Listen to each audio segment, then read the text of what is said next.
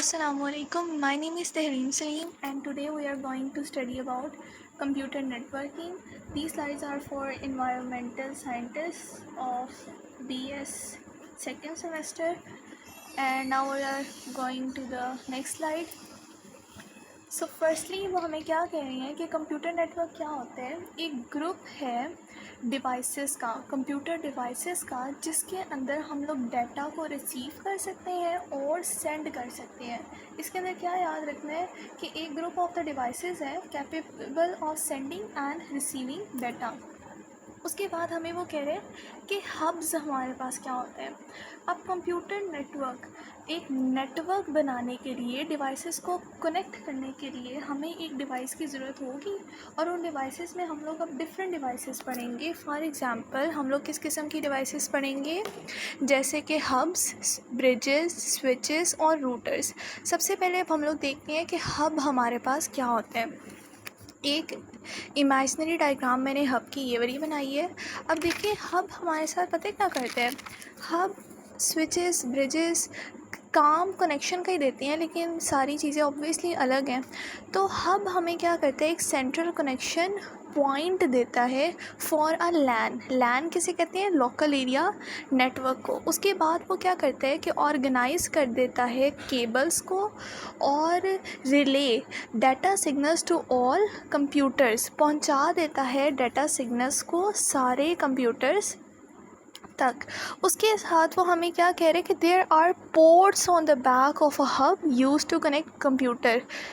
Ports हम लोग पता है किसको कहते हैं, ये जो सुराख होते हैं, ठीक है, इसके जिस तरह से यूएसबी के अंदर सुराख होते हैं। अब मैं एक एग्जांपल अगर आप लोगों को शो करवाऊँ तो ये देखें, लैपटॉप के अंदर ये सुराख नज़र आ रही है ना, इस तरह से ये हमारे पास ना सुराख होते हैं सारे, और उसके अंदर फिर हम लोग कनेक्शन दे देते हैं और डिवाइसेस को कनेक्ट कर दिया जाता है।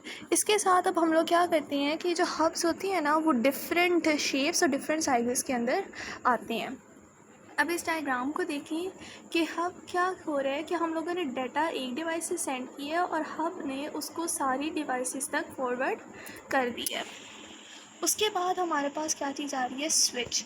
अब स्विच भी हमारे पास क्या है, switch is also a combination of a hardware and a software having its on operating system. अब हार्डवेयर कौन सी डिवाइसेस होती हैं जिनको हम लोग फ़िज़िकली टच कर सकते हैं। फॉर एग्ज़ाम्पल इसको मैं फ़िज़िकली टच कर सकती हूँ, लेकिन अब ये जो अंदर सिस्टम है, अब अंदर घुस के तो नहीं ना मैं फ़ौरन टच कर सकती। ये जो अंदर डाटा है ना, वो हमारे पास सॉफ्टवेयर है, ठीक है। अंदर के डाटा को, जिसको हम लोग टच नहीं कर सकते, उसको हम लोग सॉफ्टवेयर कहते हैं, और जिसको हम लोग फ़िज़िकली टच कर सकते हैं, माउस वगैरह को, कीबोर्ड को, स्क्रीन को टच कर सकते हैं, तो इसको अब हम लोग क्या कहते हैं, इसको हम लोग हार्डवेयर कहते हैं। तो मतलब ये स्विच क्या हो गया, is a combination of a hardware and a software having is on operating system. Operating system किसको कहते हैं, मतलब करंट सिस्टम जो अंदर परफॉर्म, प्रोसेसिंग सिस्टम को कहते हैं। अब ब्रिजेस की तरह ही ना स्विचेस किस लिए इस्तेमाल होती हैं, are use to increase the bandwidth of a computer network. अब बैंड विड्थ पता है किसे कहते हैं, स्पीड को, रेट को, किस रेट के ऊपर डाटा ट्रांसफ़र हो रहा है। उसके बाद हमारे पास क्या आता है कि in the case of a switch a network is virtually divided into the small segments. छोटे छोटे सेगमेंट्स के अंदर उनको डिवाइड कर सकते हैं, जिसको हम लोग वी लैंस भी कहते हैं या फिर हम लोग वर्चुअल लैंस भी कहते हैं। अब वर्चुअली डिवाइडेड मतलब उसको हम लोग ना फिज़िकली साइट पे कर सकते हैं, वर्चुअली उसको हम लोग डिवाइड कर सकते हैं, ओके। और अब हमें वी लैन पता क्या होता है कि similar types of the users can be grouped into the VLAN despite they have no physical proximity or closeness. मतलब बाहिर बेशक देखने में एक जैसे ना भी हों, लेकिन उनकी वर्किंग अगर एक जैसी है, उनकी ज़रूरत अगर एक जैसी है, रिक्वायरमेंट एक जैसी है, तो उसको हम लोग वी लैन्स के अंदर शामिल करते हैं। अब इसके डायग्राम भी बिल्कुल हमारे पास जो है वो हब्स जैसी है कि data send by one node and then data is transmitted to the other nodes. Now we have bridges. Bridge भी वही चीज़ है. Bridge is a combination of a hardware and a software, non touchable and the touchable parts of the computer. Bridges are the networking device that connects computer. ठीक है, bridges क्या कर रही हैं, कंप्यूटर्स को आपस में कनेक्ट कर रही हैं. It has its on operating system. इसका अपना एक सिस्टम है. ठीक है, इसके अंदर जो वर्किंग है वो अपनी एक इंडिपेंडेंटली वर्किंग हो रही है. डिपेंडेंटली और इंडिपेंडेंटली मतलब डाटा को ट्रांसफ़र वगैरह करना, तो वो वैसे तो रिसीवर और सेंडर के ऊपर डिपेंड करे, लेकिन इसकी अपनी एक ज़ाती वर्किंग भी है. It helps to conserve the bandwidth of a network. Bandwidth मतलब speed of a network, rate of a network, किस रेट के ऊपर डाटा जा रहा है. Bandwidth is the speed of a network. ठीक है, it indicates how many bits can be transmitted across the network in a given time. Bits हमारे पास क्या है, यूनिट ऑफ डाटा है, किस स्पीड के ऊपर डाटा ट्रांसफ़र हो रहा है. Today network switches have largely replace bridges. ठीक है, स्विचेस ने आजकल ब्रिजेस की जगह ले ली है. अब ब्रिज कैसे फंक्शन कर रहा है. Bridge functions by blocking or forwarding data based on the destination MAC address written into each frame of data. अब bridges क्या करता है, डाटा को या तो ब्लॉक कर देते हैं, रोक देते हैं कि भाई आगे नहीं जाना, या फिर उसको फॉरवर्ड कर देते हैं कि रिक्वायर्ड डेस्टिनेशन के ऊपर चले जाओ. डेस्टिनेशन MAC एड्रेस का मतलब क्या होता है, मीडिया एक्सेस कंट्रोल एड्रेस. ठीक है, ये एक हेक्साडेसिमल डिजिट होता है जो कंप्यूटर्स डिफरेंट डिवाइसेस को कनेक्ट को प्रोवाइड किए जाते हैं. ठीक है, ये एड्रेसेस प्रोवाइड किए होते हैं. Advantages of bridges are simple and significant. By preventing unnecessary traffic from crossing onto other segments, a bridge can dramatically reduce the amount of the network traffic on a segment. ठीक है ना. और ये जो bridges करते हैं ये isolate कर देते हैं नेटवर्क, बिज़ी नेटवर्क्स को एक तरफ और नॉन बिज़ी नेटवर्क्स को एक तरफ.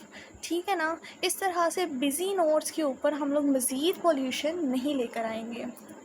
आगे हमारे पास रूटर भी कंप्यूटर नेटवर्किंग की ही एक डिवाइस है. रूटर्स भी अब हमारे पास क्या कर रहे हैं कि वही चीज़ की user combination of a hardware and a software, data packets को वो डेस्टिनेशन तक लेके जा रही हैं. ये एफिशिएंट और सोफिस्टिकेटेड हैं ब्रिजेस और स्विचेस से भी ज़्यादा. और ये आईपी एड्रेसिंग स्कीम. अब आईपी एड्रेसिंग स्कीम हम लोग किसको कहते हैं, ये देखें कि लार्ज नेटवर्क्स को इनटू लॉजिकल सेगमेंट्स के अंदर वो डिवाइड कर देता है. क्या, रूटर्स, उसको हम लोग सबनेट्स कहते हैं. आईपी एड्रेसिंग स्कीम को यूज़ करते हुए इंफॉर्मेशन प्रोटोकॉल इसको कहते हैं. ठीक है, information protocol addressing scheme. Address की मतलब एड्रेस कहाँ भी डाटा नहीं जाना है.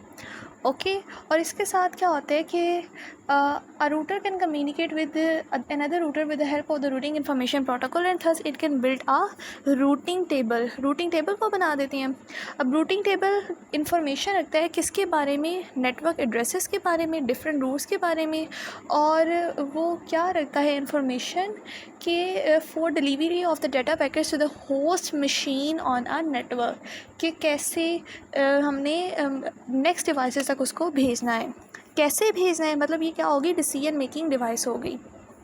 अब ये डायग्राम देखिए कि फॉर एग्ज़ाम्पल अब डाटा कहाँ से आ रहा है. फॉर एग्ज़ाम्पल अब रूटर ने डाटा कलेक्ट किया वर्क स्टेशन से भी, सर्वर से भी, वर्क स्टेशन से भी. रूटर ने इसको अपने पास कलेक्ट कर लिया और फिर उसको आगे हम कहाँ पे भेजा है, रिक्वायर्ड डेस्टिनेशन तक भेजा है.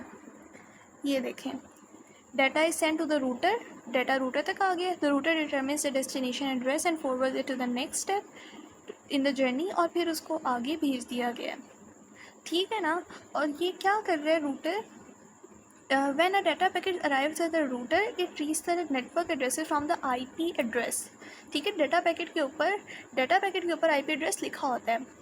And determines the shortest possible path through which this packet can be delivered to its destination. कि किस तरह से वो अपनी डेस्टिनेशन तक पहुँचेगा, शॉर्टेस्ट पास उसने ढूंढना है. Now we will go to wireless access point. इसको हम लोग WAP वैप भी कहते हैं.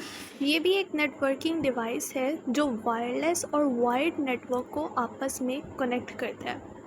ओके, इसके अंदर वायर्स और केबल्स को यूज़ नहीं किया जाता. मतलब वायरलेस एक्सेस पॉइंट ऐसी डिवाइस है जिसके अंदर वायर्स और केबल्स नहीं होती. एक बहुत ही प्यारी डिवाइस मेरे पास पड़ी हुई है इस टाइम ये.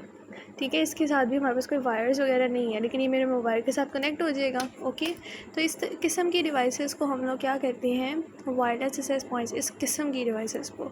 ओके, और ये कंप्यूटर्स और डिवाइसेस को आपस में कनेक्ट कर देते हैं without using wires and cables. What a miracle of Allah almighty. Okay, these are also use as a transmitter and a receiver. ठीक है ना. और WLAN लोकल एरिया नेटवर्क्स को रेडियो सिग्नल्स ये देते हैं. सिग्नल्स के तौर पे तो काम होगा ना, अब हवाओं में कुछ तो होगा, तो भाई सिग्नल्स को यूज़ किया जाता है. इसके अंदर हमारे पास एंटीना, ट्रांसमीटर और अडाप्टर्स का इस्तेमाल होता है. Wired local area network, wireless local area network को वायर्ड लोकल एरिया नेटवर्क के साथ यूज़ किया जाता है. इसके अंदर भी हमारे पास पोर्ट्स होते हैं, ये देखें. ठीक है ना. मतलब इस तरह की चीज़ें हो सकती हैं. मैंने एग्जांपल दी है, इसके ऊपर स्टक ऑफ बिल्कुल नहीं होना. पोर्ट्स वगैरह हो सकते हैं. और फिर हमारे पास आ जाता है कि वायरलेस एक्सेस पॉइंट्स. हम लोग अगर ज़्यादा चाहिए होंगे ना, अगर नेटवर्क बड़ा होगा तो हम लोग 2 3 4 5 इस तरह से कर लेंगे. और इसमें ज़रूरी नहीं है सिर्फ वायरलेस डिवाइसेस को ही कनेक्ट किया जाए, इसके अंदर वायर्ड डिवाइसेस को भी कनेक्ट कर सकते हैं. फॉर एग्ज़ाम्पल मैंने ये पोर्ट दिखाया था, एक सुराख दिखाया था. इसके मतलब ये तो एक एग्ज़ाम्पल है ना, ये बिल्कुल इसकी बात थोड़ी हो रही है.